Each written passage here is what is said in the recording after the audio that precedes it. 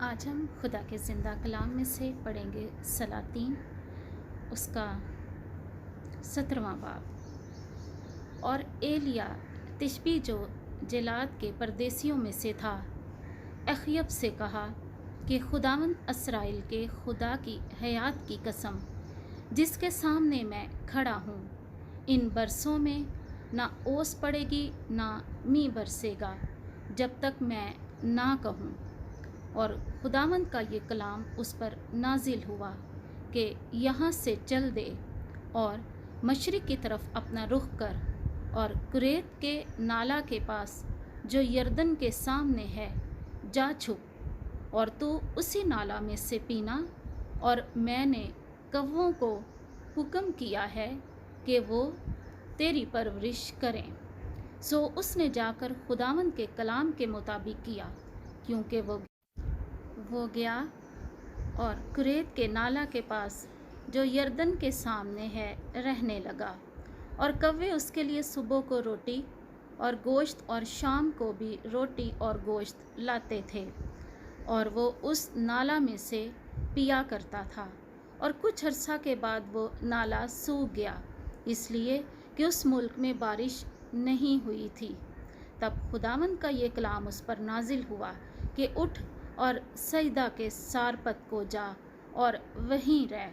دیکھ، میں نے ایک بیوہ کو وہاں حکم دیا ہے کہ تیری پرورش کرے۔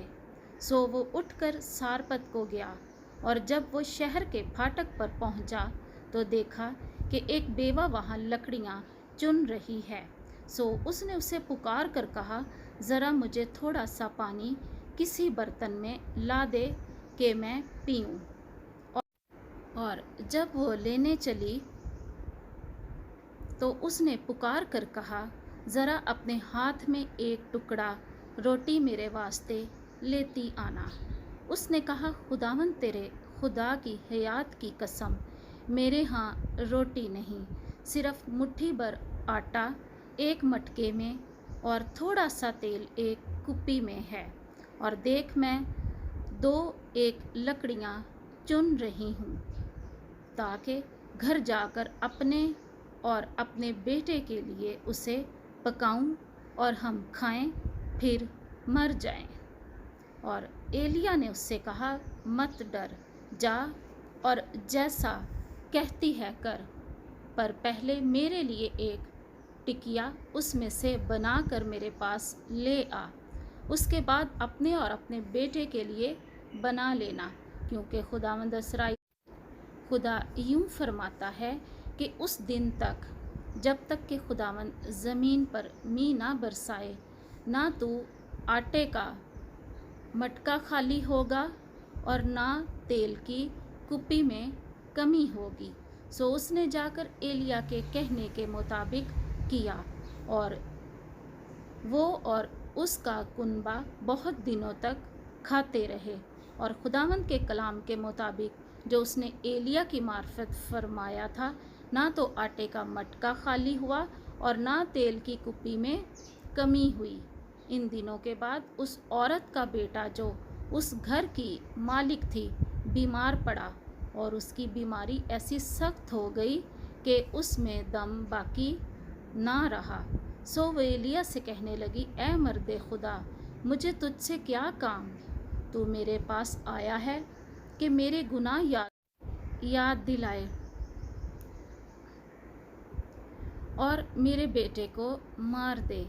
اس نے اس سے کہا، اپنا بیٹا مجھ کو دے، اور وہ اسے اس کی گود سے لے کر اس کو بالا خانہ پر جہاں وہ رہتا تھا لے گیا، اور اسے اپنے پلنگ پر لٹایا۔ اور اس نے خداوند سے فریاد کی اور کہا، اے خداوند میرے خدا، کیا تو نے اس بیوہ پر بھی جس کے ہاں میں ٹکا ہوا ہوں اس کے بیٹے کو مار ڈالنے سے بلا نازل کی؟ اور اس نے اپنے آپ کو 3 بار اس لڑکے پر پسار کر خداوند سے فریاد کی اور کہا، اے خداوند میرے خدا، میں تیری منت کرتا ہوں کہ اس لڑکے کی جان اس میں پھر آ جائے۔ اور خداوند نے ایلیا کی فریاد سنی، اور لڑکے کی جان اس میں پھر پھر آ گئی اور وہ جی اٹھا۔ تب ایلیا اس لڑکے کو اٹھا کر بالا خانے پر سے نیچے گھر کے اندر لے گیا اور اسے اس کی ماں کے سپرد کیا، اور ایلیا نے کہا، دیکھ تیرا بیٹا جیتا ہے۔ تب اس عورت نے ایلیا سے کہا، اب میں جان گئی کہ تو مرد خدا ہے، اور خداوند کا جو کلام تیرے منہ میں ہے وہ حق ہے۔ آمین۔